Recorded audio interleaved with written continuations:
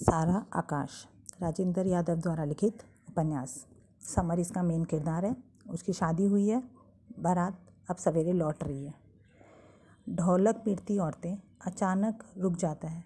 क्या हुआ क्या हुआ, सारी औरतें बच्चे सब चिल्ला रहे हैं। गली के पार ठीक हमारे घर के सामने, मतलब समर के घर के सामने, सांवल की बहू ने मिट्टी का तेल छिड़ककर कोठरी में जल मरी। लोग भागे उसे बचाने के लिए, लेकिन तब तक प्राण निकल गए थे। पीछे से आने वाले स्वर किसी के विवाह के आनंद में गाने का स्वर या किसी के जल मरने का स्वर, यह फ़र्क बताना मुश्किल था। समधी साहब और उनके बारातियों के लिए कुछ देसी इंतजाम किया गया था। मेरा मन होता था सब छोड़ छाड़ कर कहीं अनजान जगह भाग जाऊं। मैंने मंदिर के खंभे में टेक लगाया और सीढ़ियों पर ही बैठ गया। मेरे तो गिरधर गोपाल, आसपास गूंजते भक्तों के गीत, जय बंसी वाले की, नंद के लाल की। और यह समर सब सोच रहा है कि 15 दिन के लिए मैं कलकत्ता, मुंबई, पुणे, हरिद्वार कहीं भी भाग जाता। पता नहीं किसको मेरे गले बांधे जा रहा है। सगे संबंधी कहते हैं बड़े की बारात गई 8 साल हो गया है, अब छोटी बहू के कब पाँव पड़ेंगे। मुन्नी का ब्याह में 7-8 हज़ार का कर्ज हो गया है। मुन्नी उसकी बहन है। सारी इच्छाएं दम तोड़ दी समर की। मैंने डायरी में लिखा था, समर ने लिखा था, इतनी जल्दी अपनी हिम्मत क्यों हार जाता हूँ मैं। उसने अपने आप को प्रोत्साहित करने के लिए राणा प्रताप, शिवाजी, इन सब की जीवनी के बारे में सोचा। फिर भगवान कृष्ण, राम, हनुमान जी, भीष्म पितामह, भीम, इन सब से अपने आप को जोड़ा ताकि वो ऐसा बन सके, कर सके। और उसने ब्रह्मचारी रहने की प्रतिज्ञा कर ली। प्रभा, मतलब उसकी जो पत्नी है, दूसरी 10वीं पास है, उससे बात नहीं करूँगा और कोशिश करूँगा कि वह जल्दी अपने घर चली जाए। दबाव में शादी तो कर ली, अपनी पढ़ाई पूरी करूँगा। 4 साल और है, MA करूँगा। ये भाग 1 ख़त्म हो गया है। अब भाग 2 में इसकी शादी हो गई है। अब ये शादी के रात में जब सोचा, उसने कहूँगा कि दोनों पढ़े लिखे हैं तो अपने भविष्य के बारे में सोचते हैं। दोनों मतलब समर और प्रभा दोनों पढ़े लिखे हैं तो आगे की पढ़ाई पूरी करते हैं। और यह सोचकर जब वह कमरे में गया तब वह खिड़की के पास सामने खड़ी थी। उसे लगा कि वो खड़ी खड़ी ही सो गई है। तब वह खाट पर जाकर बैठ गया और इंतज़ार करने लगा कि वह आएगी और उसको प्रणाम करेगी, लेकिन वह ऐसा कुछ नहीं करती। थोड़ी देर इंतज़ार करने के बाद उसे लगता है कि यह कितनी बदतमीज़ है। थोड़ी पढ़ लिख के आ गई, पति का सम्मान करना भी नहीं आता। और वह गुस्से से कमरे से बाहर निकल जाता है, छत पर चला जाता है। वहाँ सब सो रहे हैं। वह बिना बिस्तर के ही ज़मीन पर लेट जाता है और भावुक हो जाता है कि उसका यहाँ कोई भी नहीं है।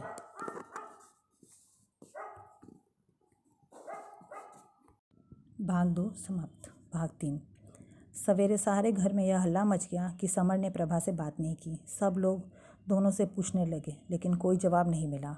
समर को पूछ ही रहे थे कि मुन्नी आई और बोली बाबूजी ने बुलाया है।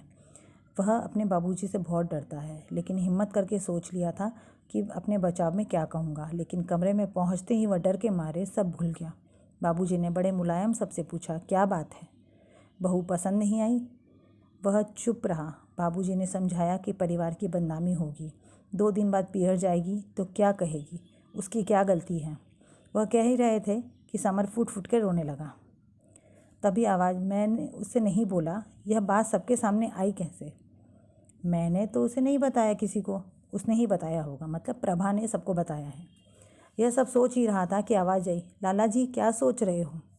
भाभी, मतलब भाभी उसकी लाला जी बोलती थी समर को। भाभी ने पूछा। वह चौंक गया और कहा कि कुछ नहीं हुआ। भाभी ने पूछा, कुछ तो हुआ है? फिर भी प्रभा की बुराई शुरू कर दी। बहुत सुंदर है और पढ़ी लिखी है तो घमंड तो होगा ही। समर को भी सही लगा तो वह भी जोर से कहने लगा, कितनी भी सुंदर हो, पढ़ी लिखी हो, घमंड नहीं देखूंगा। जोर से बोल रहा था इसलिए ताकि प्रभा भी सुन ले। भाभी ने शांत कराया और कहा, धीरे बोलिए, नहीं तो ये सब सोचेंगे कि मैं बुराई कर रही हूँ। भाभी ने खाना खाने को कहा, तब याद आया कि सुबह से खाना ही नहीं खाया है। तब भाभी ने बताया कि कल प्रभा की पहली रसोई है, सुना बहुत अच्छा खाना बनाती है।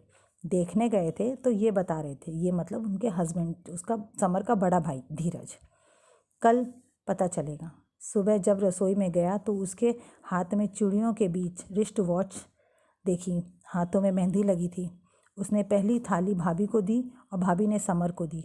3 सब्जी, 2 रोटी, रायता, चटनी, पापड़, दाल, अचार, देखकर मुंह में पानी आ गया।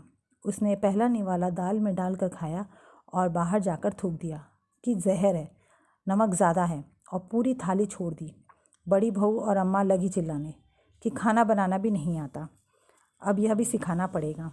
दूसरे दिन उसका भाई आया और उसे लेकर चला गया। तब समर सोच रहा है कि आज अब 2 दिन बाद ही शांति से मिली है, आज चैन से सोऊंगा। भाग 3 समाप्त। भाग 4। समर को बुलाने 2 स्वयं सेवक आए थे। व्यायाम की दृष्टि से उसे शाखा ज्वाइन की थी। संध्या को भौतिक जाना था। शादी के बाद मन ही कुछ ठीक नहीं था। घर में मन ही नहीं लगता था। सबसे नजरें चुरा कर इधर उधर घूमता रहता। कभी मंदिर चला जाता, कभी इधर उधर घर जाने का मन ही नहीं करता था। शादी के बाद ऐसा लगता है जैसे मैंने कितना बड़ा दोष कर दिया है। पढ़ाई का खर्चा है सबका और मैं कुछ कमाता नहीं।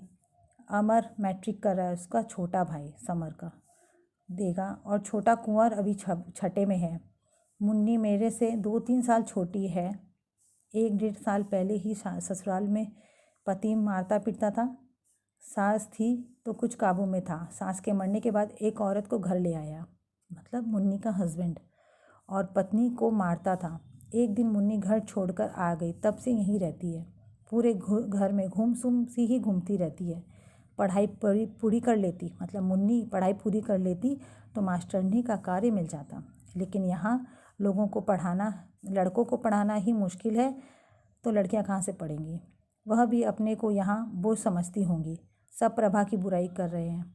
वो कान पर पड़ ही जाती है तो गुस्सा आ जाता है कि वो के यहाँ नहीं है तो उसके बुराई क्यों करते हो।